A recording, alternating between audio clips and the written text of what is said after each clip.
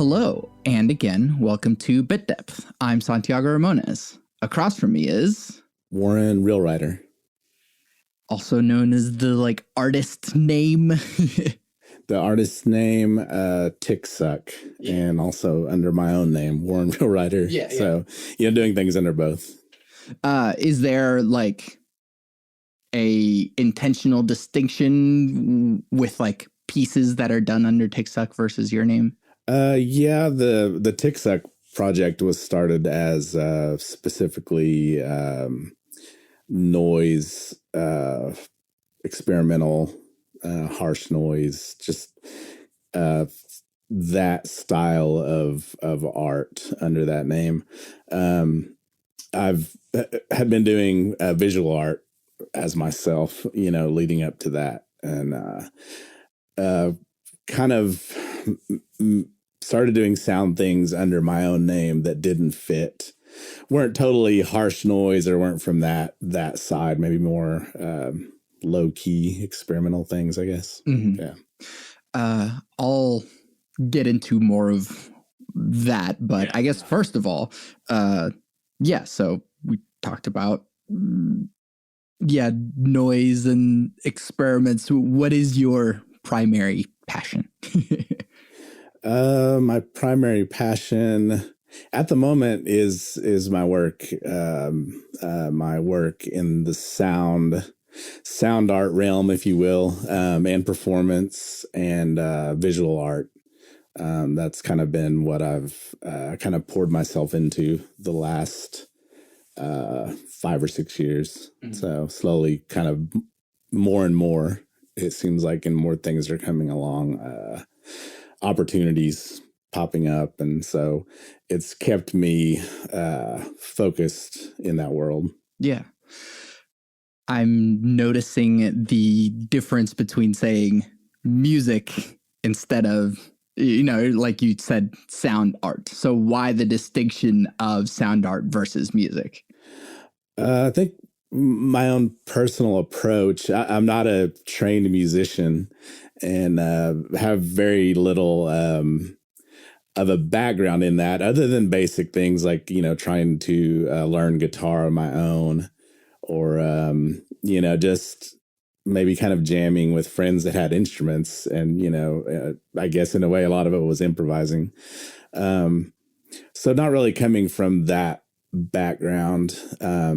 And my background that I went to college for was in fine art. And I've always been an artist my whole life, as far as visual art, sculpture, drawing, painting, those kind of things. So I think when I started doing sound and more performance things, it just kind of to me, it was still an extension of my art practice. So, and I think being a fan of maybe different people that incorporated sound into their art, it's just kind of the place I put that in, or the tag I add to it. Sure. Then let's get into art.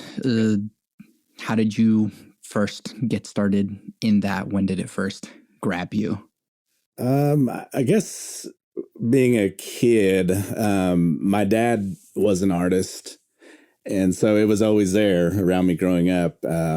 At the time when I was, born up to, 5, and kind of coming into more just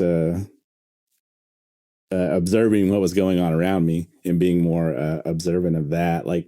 He was making T-shirts, doing a lot of I guess it would be commercial art, printing. He worked in a print shop.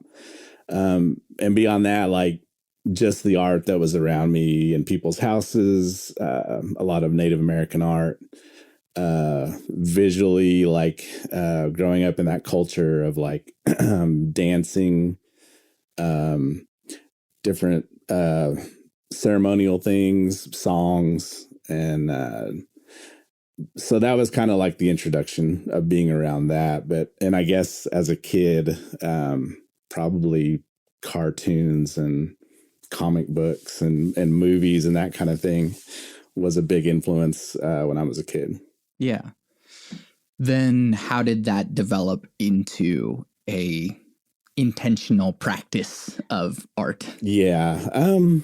I think it was wanting to, as a kid, coming from that stuff, like wanting to, probably initially to be a comic book artist or copying things out of comic books, trying to learn to draw like that.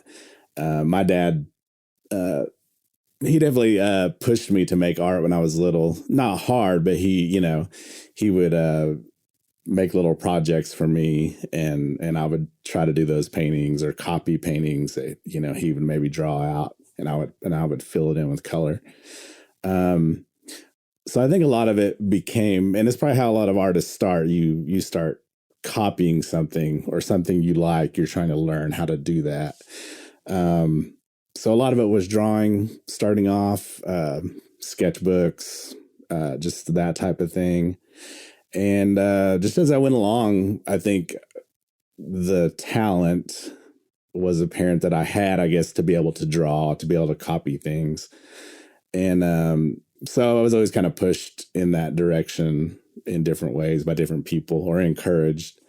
And when I probably wasn't a big thing until I got into like high school and was able to take art classes and just expand and try different things, and had maybe one really encouraging art teacher. So that's another thing when you hit that stride of somebody's there to like feed that and support you and try to push your art into other places. Yeah. And then the decision to study it, for school and be like actually trained, whatever that means. Yeah, to go to school. Yeah, so that was like the next step. When it comes time to, you're in high school and now you have to decide what you're going to do with your life. So for whatever reason. Yeah, for whatever reason. Yeah. So, and that was mine. I was like, I went back and forth between studying paleontology and painting. So when I got to school, I was like, I changed my major between those two things, I think twice, and then finally stuck with the art thing. I think it was always a place of discovery to kind of learn things about yourself. And I think it eventually became a way for me to connect back to my culture in a way. I think when I was a kid, I was always like looking outward of, I want to copy, like I said, comic books, things from movies, or even like album covers or whatever. Then eventually it turned into, looking back on culture. And like I said, it was kind of a discovery, a self-discovery of things that were always around me all the time. Yeah. And it kind of took that to maybe break loose of those things that were a bigger influence, unfortunately, or fortunately, however you look at it. So how would you describe your style? I don't know if I never had like a specific style of art. I think if you could look at all the pieces I did throughout everything, I've always kind of tried different things, different sizes, different styles of painting. Sometimes more realistic, sometimes abstract. And same thing with the drawing or like sculpture, whatever it was. When I went to the University of Oklahoma and studied painting there. And I think at that point, just doing a lot of very symbols, whether they were maybe symbols from culture, from native culture, or they might be from the culture of the larger world or outside of that. And using those things as in compositions. So it was less, landscape or portrait. It was kind of more, um, kind of composing on a surface, I guess, with shapes and colors, things like that. Did do some installation art things, and then did do a few kind of sound art related things early on at that time when I was still in school. So I felt like school to me was a time to be very experimental, like, just try different things, Mm-hmm. So. What's your favorite medium to work with? Is there one that you keep gravitating towards? I think currently I don't even really do much visual art anymore. Other than if you want to call what the maybe performance aspect of what I do. But that's what I'm focused on, and what is really inspiring to me right now is like the sound thing, and using objects, maybe creating certain very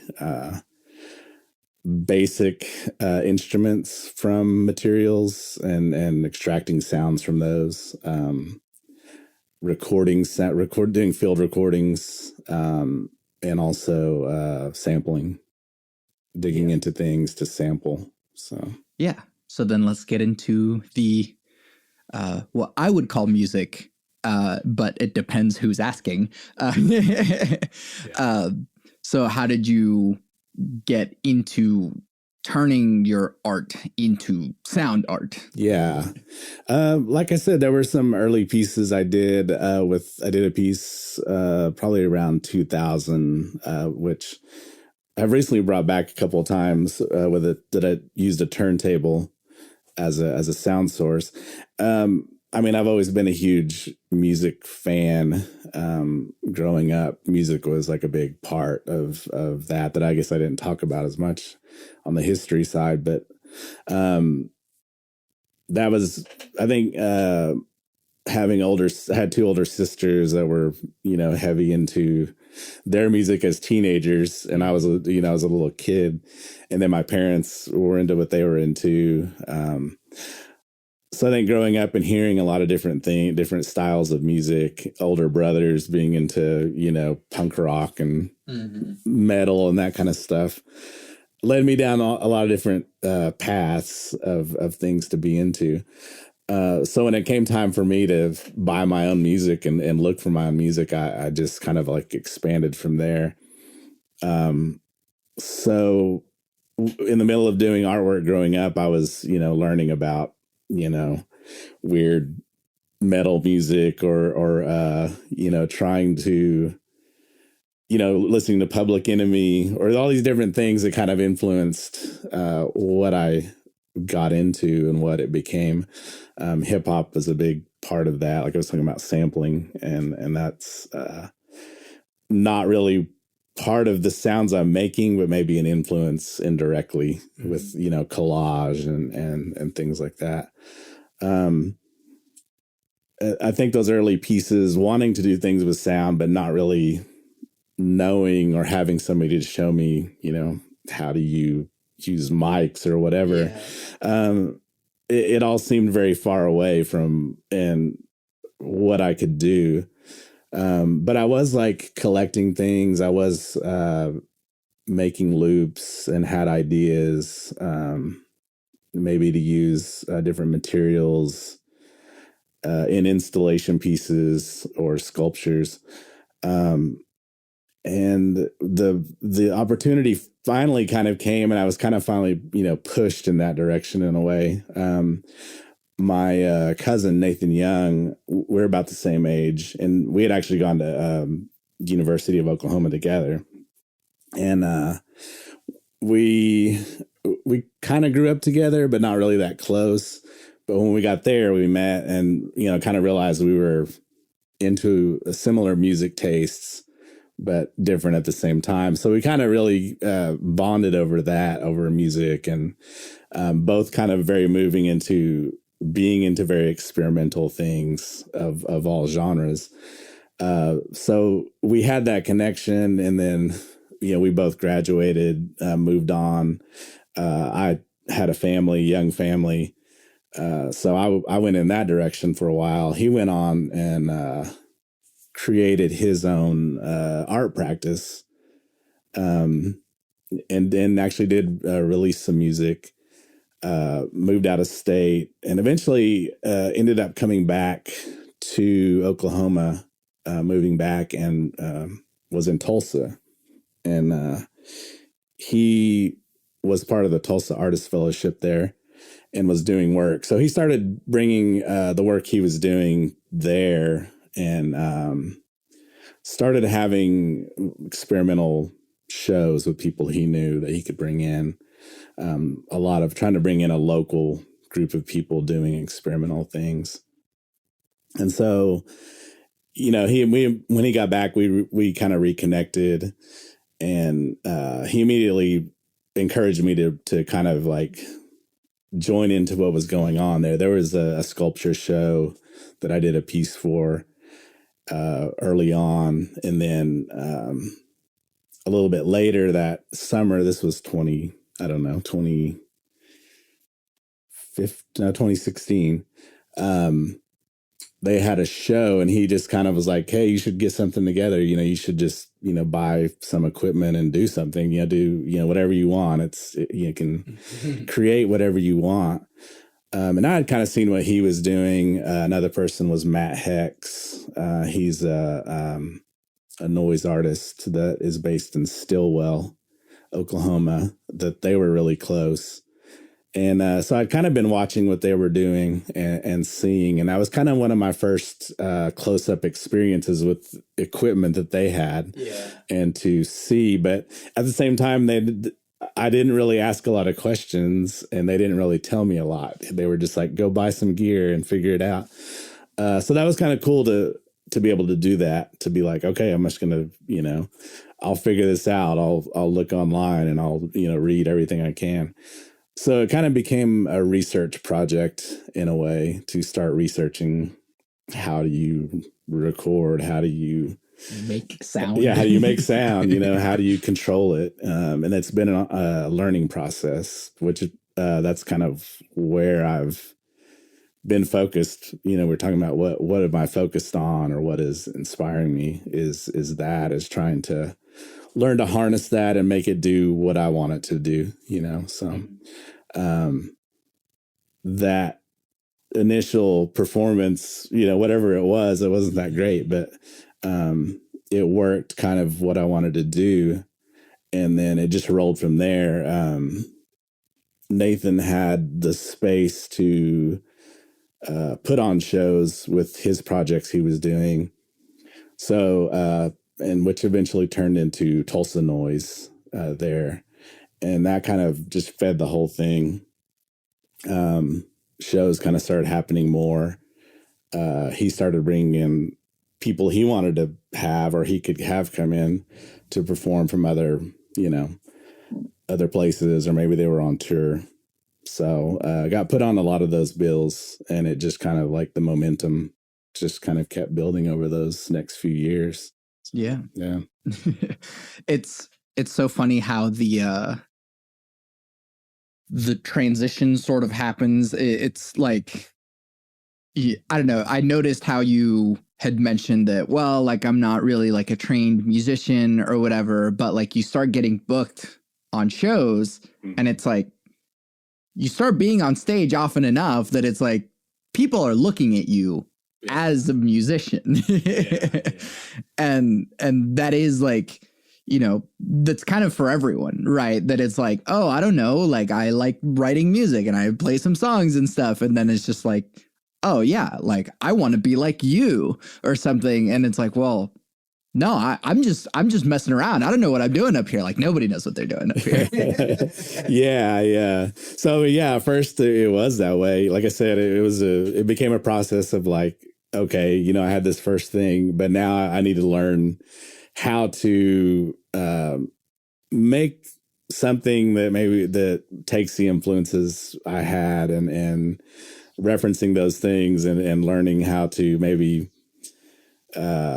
come up with my own style of composition. So it became a challenge to be like, well, what do I want to do? You know, how do I start to time things? How do I should start thinking about some type of structure. And I think that's something coming from like the noise field. It's pretty diverse in that way, where there are some people that their approach is like, this has no structure and this has no form or thought behind it even. You know, it's like some of the concepts are, there's no concept behind it other than just feedback and knob twisting or whatever it is. But you do see other people, and you're exposed to other people that are thinking about like, well, I'm trying to do this, or I have a concept of, you know, whatever it is. I think when you dig into that world, whether it's noise or it is experimental, composers, any of the experimental things, you know, there's a lot of different approaches to it. And I think you see those people that, and they may not be trained either, but they are thinking about things in a compositional way or a conceptual way. Mm-hmm. You know, it can be a mix or it can be divided out. But also I think coming to it from the art background, mm-hmm. The thing about it, when I would watch people that did experimental things or noise, was immediately I was like, I want to do something that's visually more interesting too, you know, maybe as kind of a performance as part of it, rather than just standing behind, you know, a desk, which, you know, it can be great to do that. But for me, I was like, I want to have like bring in materials or items or something that maybe pushes it more towards a visual art realm, you know? And that is something that, you know, it's so interesting that music and audio and art, sound, or whatever it is that like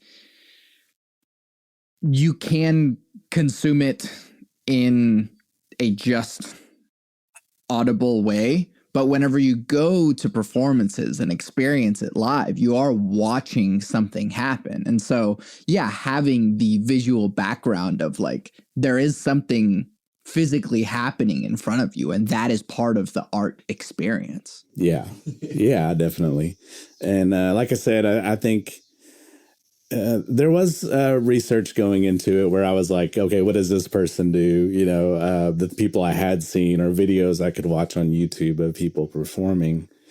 The things that, you know, always, I think catching your eye is one thing. The volume can be another thing. It can be over the top loud, and then the person can just stand there and do nothing, and it can still be great because it becomes a physical thing to also, you know.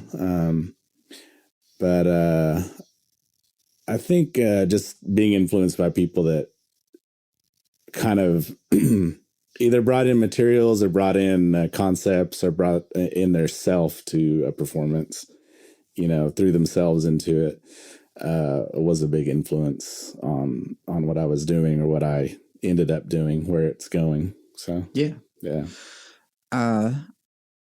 We've been talking very conceptually about all of these things. Let's get like, you know, very literal about these things. What do you use to make sounds, and what are these sounds that you're making?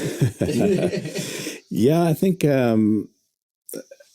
for the performances or even anything I do, I'm always like trying something new. So one of the main, I guess, like instrument items that early on was a thing that, and it's definitely a direct reference to like noise experimental things, was using contact microphones. Mm-hmm.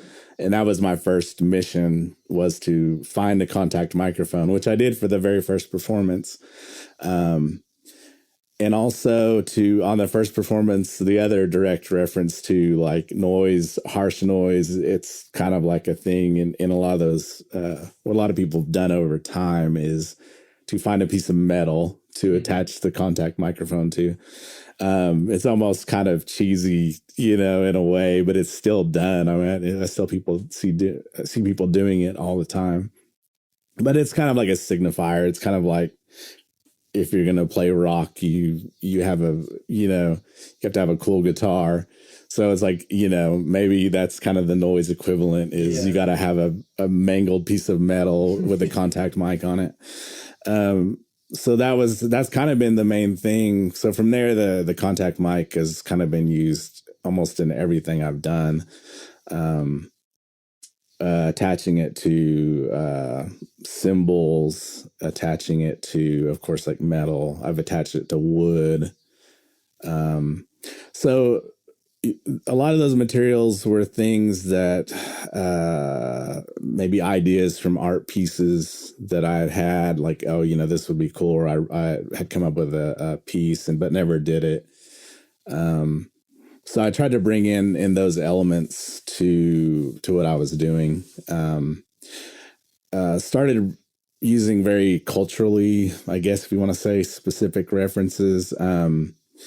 I've used several times these enamelware cooking items that are kind of widely used in like a lot of native maybe ceremonies or times of eating. Food might be served in those enamelware pots, and they're like maybe like a vintage thing. And I don't know really totally what era that comes from, but it's something that people will get to eat food on or serve food with. So using like kind of maybe very culturally specific references that maybe to someone that doesn't know, they might just be like, oh, he's just got like a metal pot that he has this contact mic attached to. But also, using a cymbal was something that kind of happened out of necessity, but at the same time being a very big fan of like drummers and always secretly wanting to be a drummer myself, but I never did. But so I was like, well, I'm going to use a cymbal in that piece. One of my pieces brought in turntables. There was always something I wanted to use. So I was like, well, when I get a chance, I'm going to, use a turntable. So kind of always searching for instruments. There's also the kind of boutique noise synth and, of course, all the other synths and drum machines and that type of stuff that people use. So, I've slowly collected different things to incorporate into that. But also eventually also working in field recordings, which was something that I was always into early on, recording with just a handheld tape recorder when I was younger. So that kind of became a thing where I'm like, okay, how do people make field recordings? Okay, I'm going to buy, whatever I can. And to do that and start incorporating those things or using them as elements. Yeah. So, yeah. I want to intentionally discuss the indigenous experience part of that and especially in like the art world and how, I mean, the art world itself is just already like an experience, and then sort of having the indigenous side of that. So I mean, you've sort of made reference to like the ways in which you incorporate native things into your art, but I guess I'm trying to find a way of like asking the question in a way that like gets a interesting answer, but it's like how important or like what are you trying to do with it? What is, all of the ways in which that can be phrased, your indigenous experience. Yeah. I guess probably it comes from, I think if you grow up in those communities, it's just part of the art you make. It's always going to be there. And it may be that you intentionally like choose it and that's what you really focus on, or it may be being pushed upon you to, oh, you need to paint more native subjects or whatever it is. But coming from that world, my dad was, like I said, he was an artist. He made t-shirts to sell at powwows with, funny graphics or powwow specific graphics or whatever. And, but also coming from a tradition of painting and sculpture that he did. And then he actually made his living off of his artwork. He became a sculptor and working with clay and folks, he always focused on incorporating our background being Pawnee. Like he always put that in what he did. So I think that was a huge influence. And other people around me, I had an uncle that was a painter, and that's what he did. He made paintings that also, he was kind of a cowboy. He was a cowboy. So he incorporated that cowboy, subject matter, but also really focused on Pawnee subject matter. So I think growing up, that was always a thing that most people, no matter how they started or whatever, that always comes back. It can't be avoided of growing up within that culture. It's always there. It's always talked about. So I think for me, I always incorporated it in a lot of things I did, whether it was very straightforward or maybe very abstract. So when I started doing the sound things, like I said, I had a lot of ideas already kind of that I wanted to try and use. So in those early pieces, I was using all these loops I'd made of different like powwow recordings and recordings from, some were specific to Pawnee, but reducing them down to a very abstract level where you may or may not get that that's what that is as a basic element. So I think using those things as a basis, as a jumping off point to reference bigger things, I would think it would be like modern existence, and maybe just asserting that as a way of sovereignty, as a way of like being like, well, this is who we are, and keeping certain ideas alive or moving forward, referencing, like I said, very culturally specific things. And eventually it turned into bringing back in language things as titles of pieces, or over the last year. I've always known some Pawnee language things, but never, and there have been language classes or people teaching it, and I've never really had the opportunity to do it until COVID, when they finally put the classes online. So we were doing Zoom. So I finally was able to take those classes and dive deeper into the language and start to really understand it from there were a couple of young linguists that are Pawnee that they started breaking language down into what the pieces of the language mean. And it starts to make more sense then, of like, instead of like somebody just telling you words that don't really, they've been removed from that context by, colonization, whatever you want to call those things, like boarding schools, whatever. And also English language replacing that language. So sometimes you hear words and you just know what it means, but you don't know it in a bigger context of a language. But kind of learning that and learning different words and trying to incorporate that into what I do is something I've tried to do too. So I kind of see it as like moving in the direction that probably a lot of people do as they're working through things, to try to be more Pawnee or whatever it is, whatever your background may be. But for me, that's what it was to do that.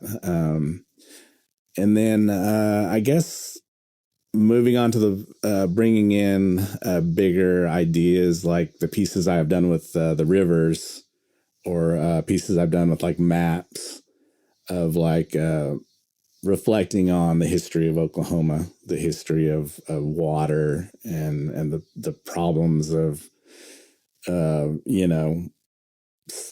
society's impact on water, and that kind of world, the natural world, the negative impact on those spaces, and but also kind of reconnecting with those things. It's always been something I've been into, being around rivers, being in those spaces. So I've always done that. So it's kind of like through my practice, I just started bringing things like that into it too.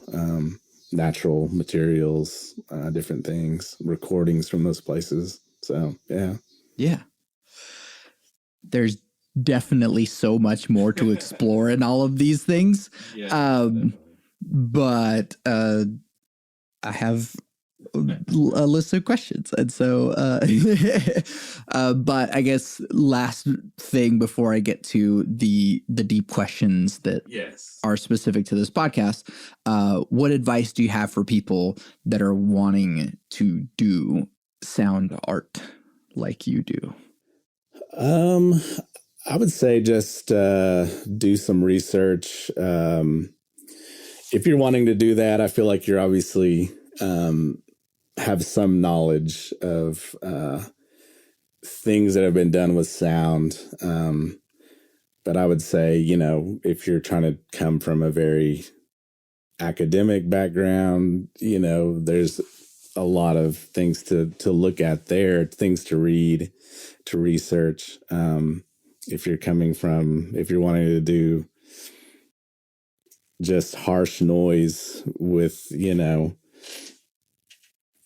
some absurd subject matter, that there's a history there too. So, do the research and read about those people. And a lot of the equipment things can be figured out. And but I think also taking opportunities that come to you, that's always a big part of it, is finding a place to do it or people that want to support it. So sometimes you get lucky and it just happens, but sometimes you have to go out and find it, or make it happen. You have to just, no matter how lo-fi it is, it can be super lo-fi. That's the main thing, I think, is maybe people...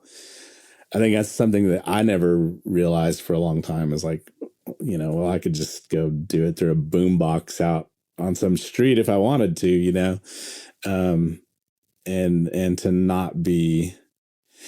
I think one thing is maybe just if you're going to perform or present what you do, is to let go of the fear of, what people are going to think too, is to just try to overcome that and not get caught up in worrying about that, if you truly want to do something and have a vision or an idea to put out.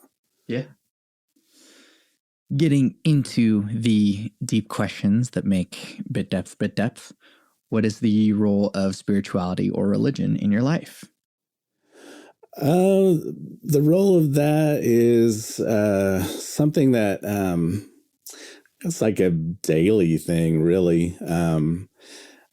I think when I was younger, like I said, the Pawnee side has always been there in different ways. And I don't know that it was so much pushed on me, other than maybe, you just hear people talk about what those beliefs are, or beliefs in a creator, or beliefs in, or you hear stories about maybe elements of Pawnee religion, or if you want to call it that that may have been lost in the past, stories about what that was. But of course, growing up in Oklahoma and growing up in Pawnee, Oklahoma, I would say a lot of people there are, of some Christian background. So growing up, both grandparents were of those backgrounds of Baptist. And so that was always something that was around and you learned as a kid.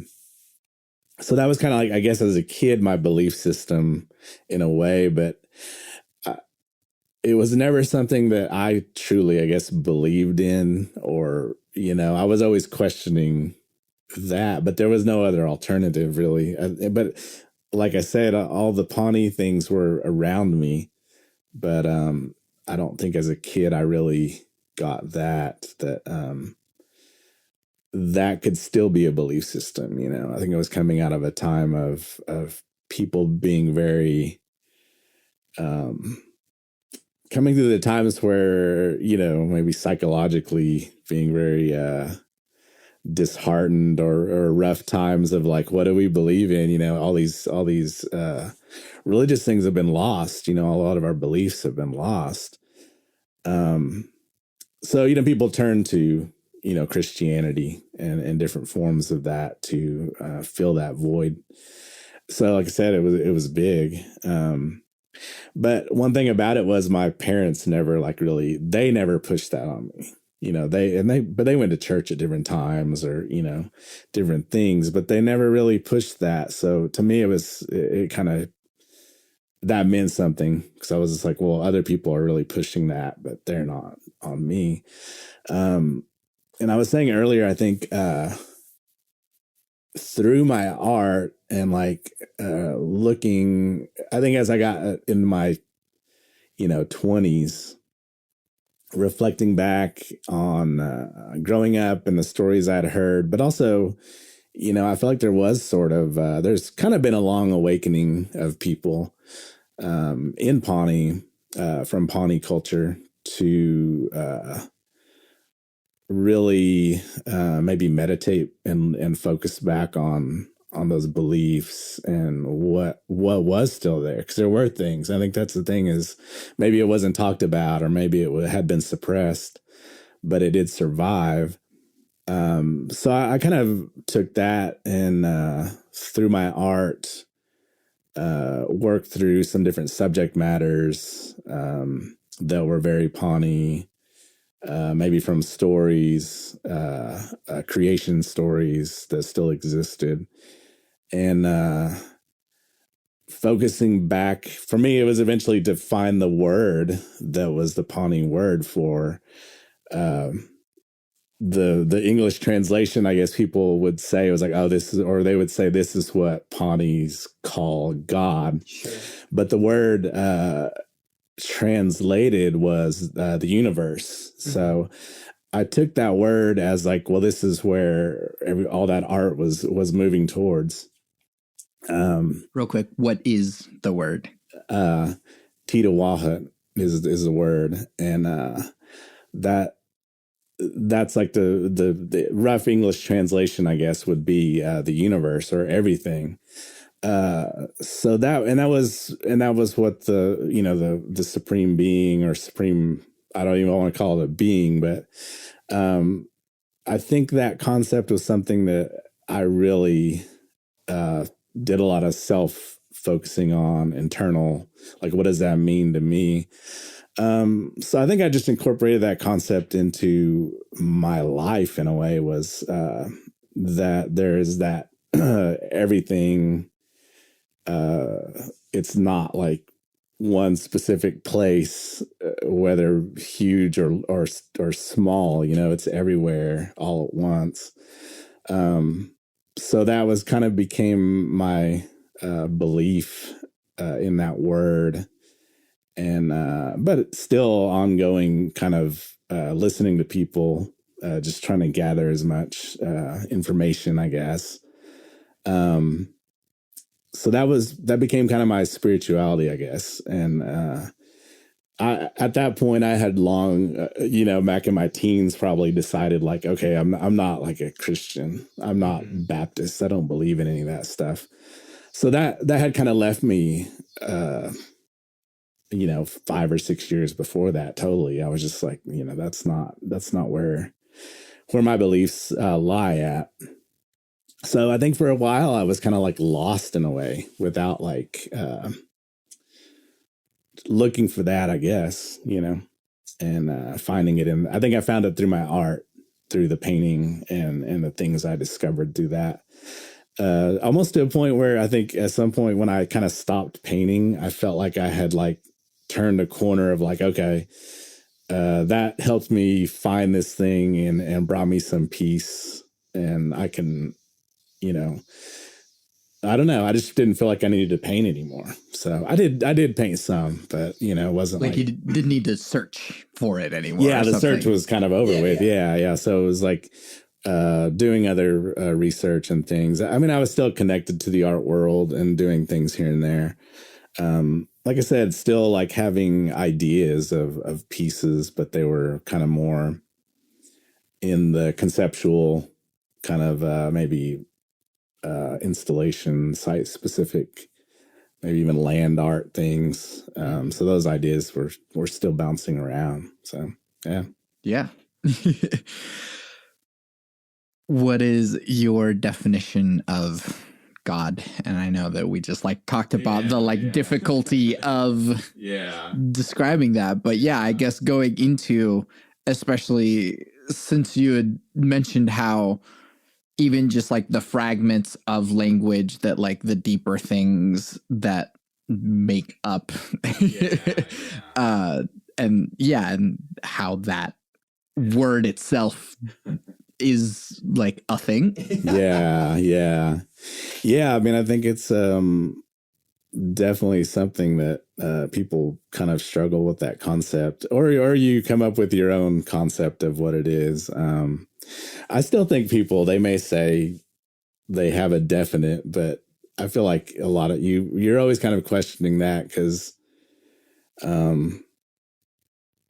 it's never, I don't know. I guess if you're thinking it's some person sitting out there somewhere, but you don't see that person, but you form your own connection to it.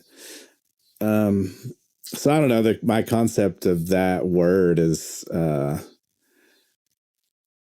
I don't have a concept with that word, I guess. Like I said, the word, the Pawnee word for the universe, for everything, kind of became the concept that, where it wasn't like a person per se, it was more of like, it was the universe. It was everything. It was, like I said, to me, it became, not just universe in terms of like space or, that bigger thing, but it became, everything down to the smallest. I also come to this from like a nerdy science background. So it's like, it goes down to the atomic level too. The more things we discover, I feel like that science tries to discover, the more questions are there. And I think it's probably, if you want to talk about it as the universe, then it's like a connectedness to other people, to places. If you start to think about your connection through breathing to trees or plants, you have a connection there.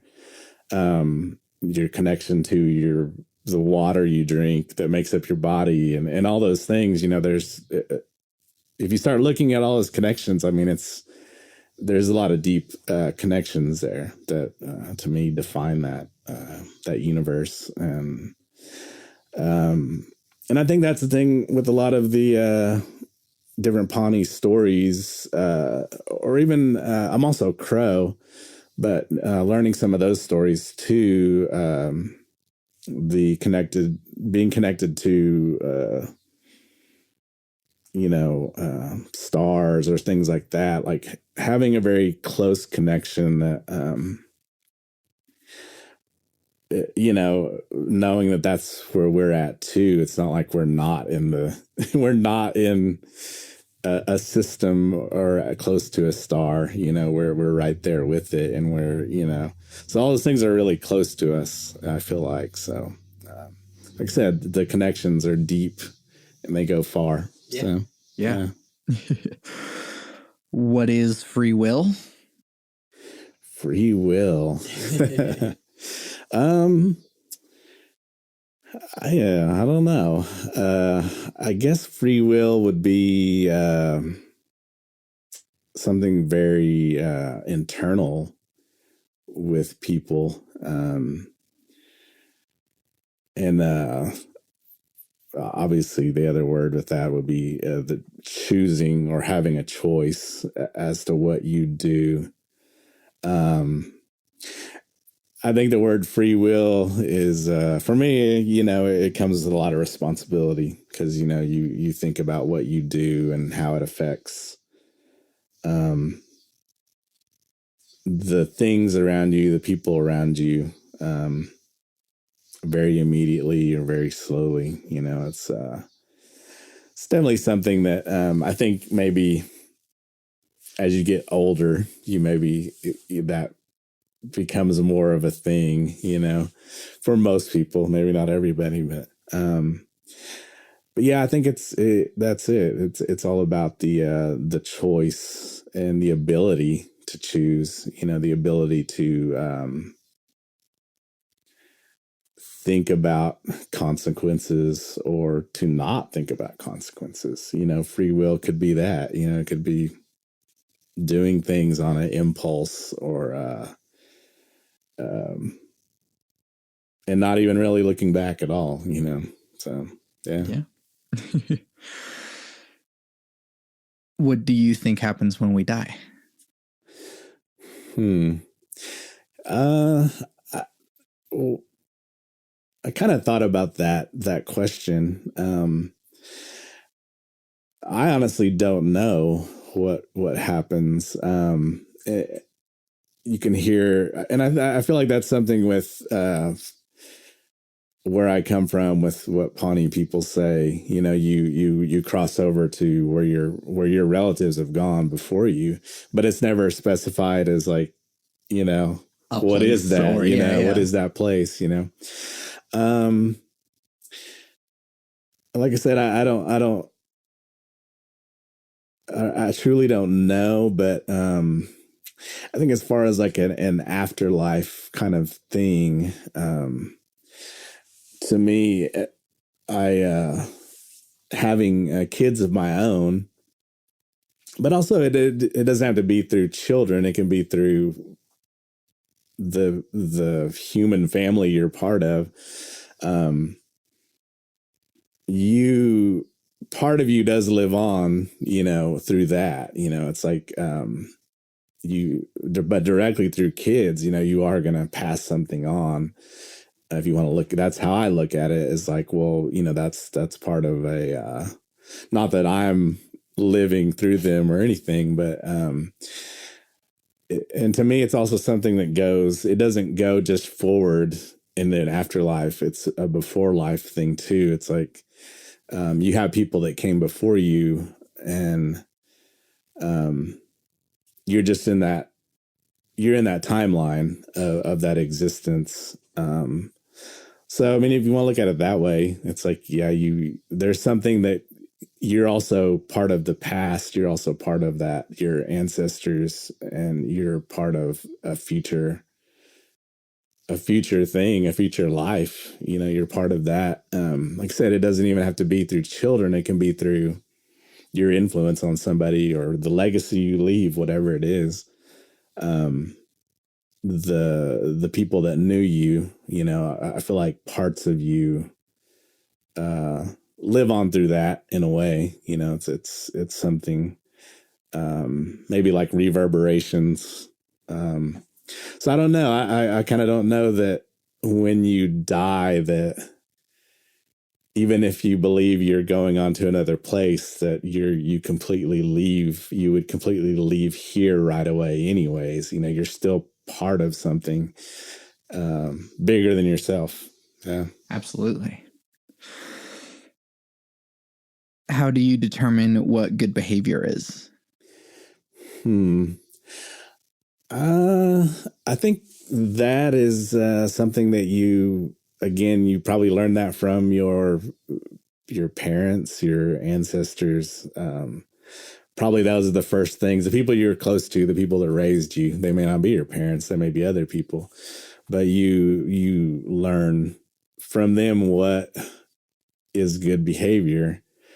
And yeah, maybe that might not be the right thing sometimes, but I think we all come from a place where your maybe community has certain beliefs or morals, and you learn from that what's right, what's wrong. And I feel like nowadays it's complicated by social media, news, and all of that stuff. It can be very still a lot of information, I guess, to try to be like what's good and what's bad, but I think that's the immediate thing is the people that raise you are going to kind of instill those things in you. And you may not even realize it until later what it is. Yeah.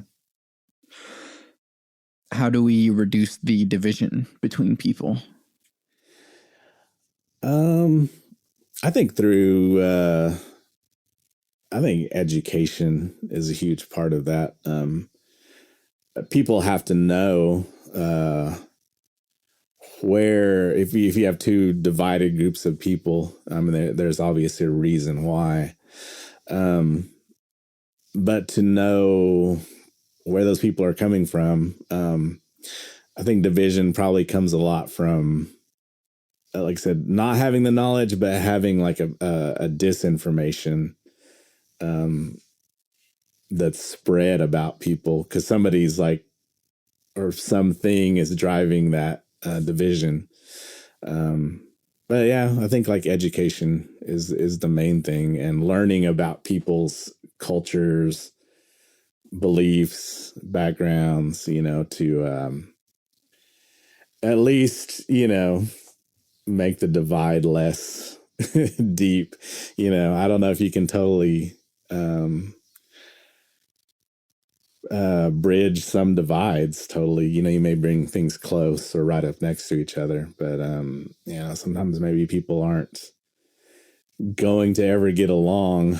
But it's a good goal to have. It's like how do you do that? How do you make people understand each other? Yeah. Do you believe humans are evil by nature? I don't believe people are evil by nature. That it's just or evil as like I don't believe in, I guess, evil as that kind of like Christian concept, yeah. Of that side of it. I think there's just a positive and negative in everybody. There's positive and negative ways of being, of acting, of treating, of how you react. I think it just is comes from your surroundings, how you were raised or not raised. Those things can. I think it can definitely feed negativity, and I don't know where the negativity.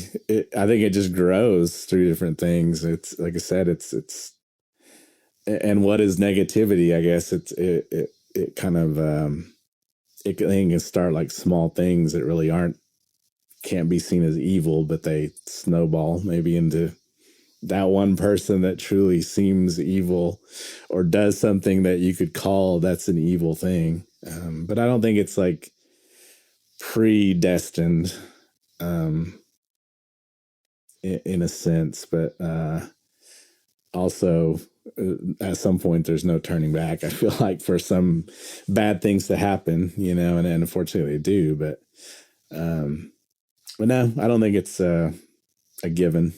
Yeah. What do you think humanity is heading towards in the future? Oh,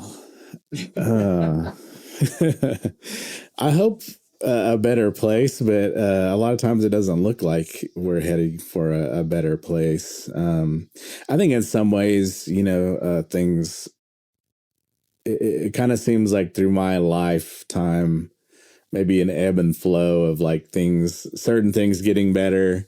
And then, maybe something comes back in, or a bad way of thinking, or a bad type of government, or a bad type of leadership. There's a lot of like, I guess the power structures and resource resource needs and extractions define a lot of that.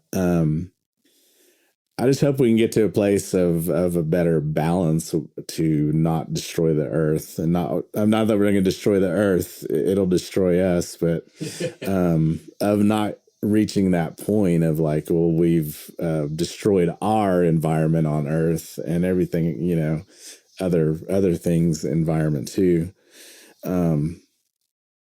I don't know where it's heading. I feel like, to me, it's kind of unknown because of how the current state of the world is. There's a lot of good people doing, fighting for good, that are standing up for different things. But there's a lot of work to do too. If you're fighting against corporations that really don't care about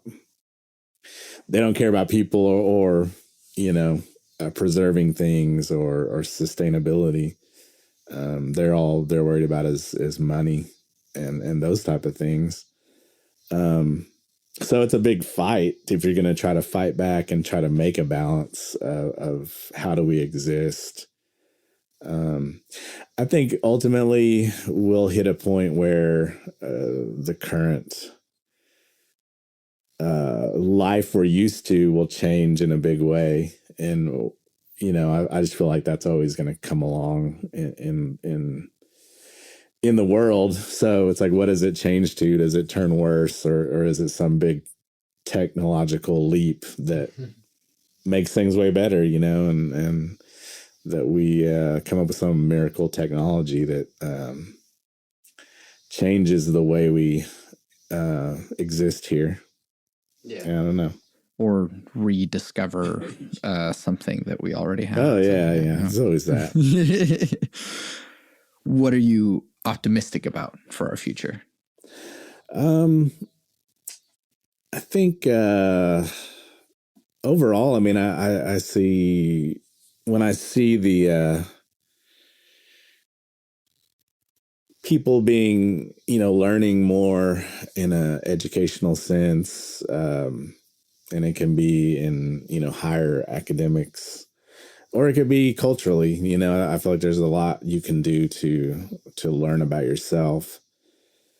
And now we're talking about bridging a divide. It's like that makes me optimistic when I see those kind of things happening. But I think it's work that has to continue all the time. It's like there's always something divisive out there, and people can be divided at any moment. So I think it's like something you have to find, something that sustains itself, but it has to be taught to the next generation, I feel like. And like I said, that's where education kind of comes in, as you teach them, like, look at this, there was this problem we fixed, and, this is how you keep fixing it. I think that's the thing, is sometimes people think, oh, we've reached this point of solving this issue. And you can get complacent, and then all of a sudden it's something like here in Oklahoma where, now a law's been enacted all of a sudden, and it caught you off guard that things are reverting back to what you thought it was. We had passed that point of solving something or bringing some type of equality for people, and now all of a sudden it's looks like it's turning back some other direction.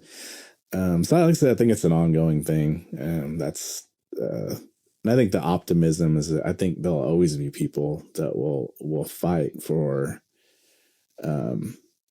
things that are right, or things that are fight injustices. There's always going to be somebody fighting that. And I think that's one of the things that makes me the most optimistic.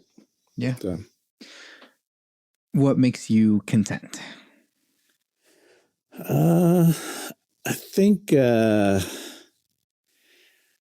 contentment kind of comes and goes. I wouldn't say that there's like an ultimate contentment, but oh man, yeah, I think right now one of the things that makes me very content is doing my work and being able to present that and have that sense of purpose of like, oh, I have this thing coming up, or I have this thing to complete. And you reach that contentment when the project's complete, or the performance is over, but then I also feel like it's immediately like it's over, and then you're on to something else. And so I think contentment is kind of like an everyday thing through little things, or big things that you're working on, or life things, goals, achievements. So you get that sense of contentment, but I also feel like the world's always moving, and there's always something that will mess with your contentment. So you always got to keep working to get to that place. Yeah. So. Yeah. When will you be satisfied? I don't know that. Yeah, it's kind of the similar thing. Is like I don't know that I will ever truly be like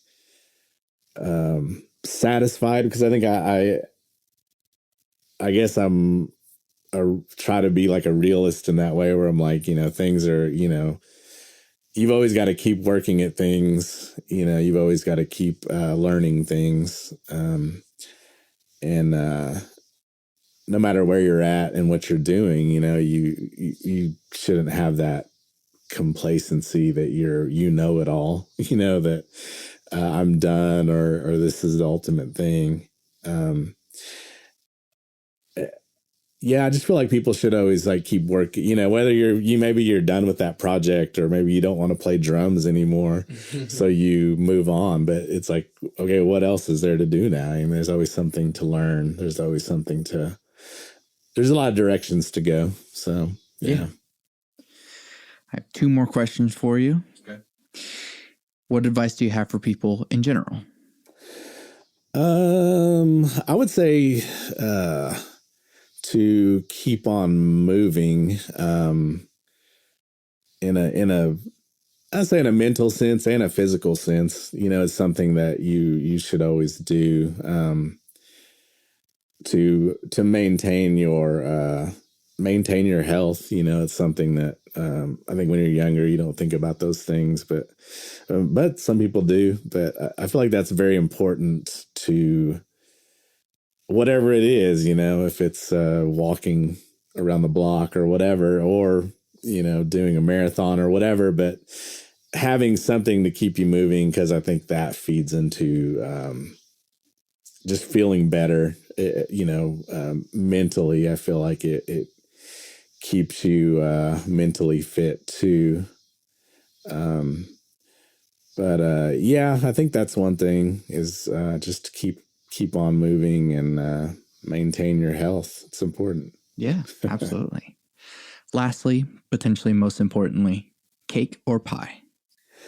I'd have to go with pie, personally. What's the pie that comes to mind whenever you... My favorite pie that always comes to mind is pecan pie. So that's my go-to if I'm going to choose a pie. Awesome. Warren, thank you so much for doing this with me. All right, definitely. Yeah, thank you for having me. Where can people find you and your things and check out? I am on Instagram as Realrider TickSuck Sound. is what that is under. From Instagram, I do have a link tree. I can't think of what it is. It is under TickSuck. And that has videos, Bandcamp links, SoundCloud links, various other things. But definitely the Instagram is where I keep updated the most, sharing what's going on, or even just pictures or artwork, other things. But yeah, those are the main two places. Sweet. Yeah, I was very excited for this, and I'm excited to continue this conversation. Anyways, yeah, thank you so much. I'm Santiago Ramones. Warren Realrider. What is there like a thing that you want to have play at the end of this? I don't know if you have like a SoundCloud recording or a Bandcamp thing that can go at the end of this. Yeah, I guess I'll find something and let you know what it is. But yeah, I'll pick something out to play. All right.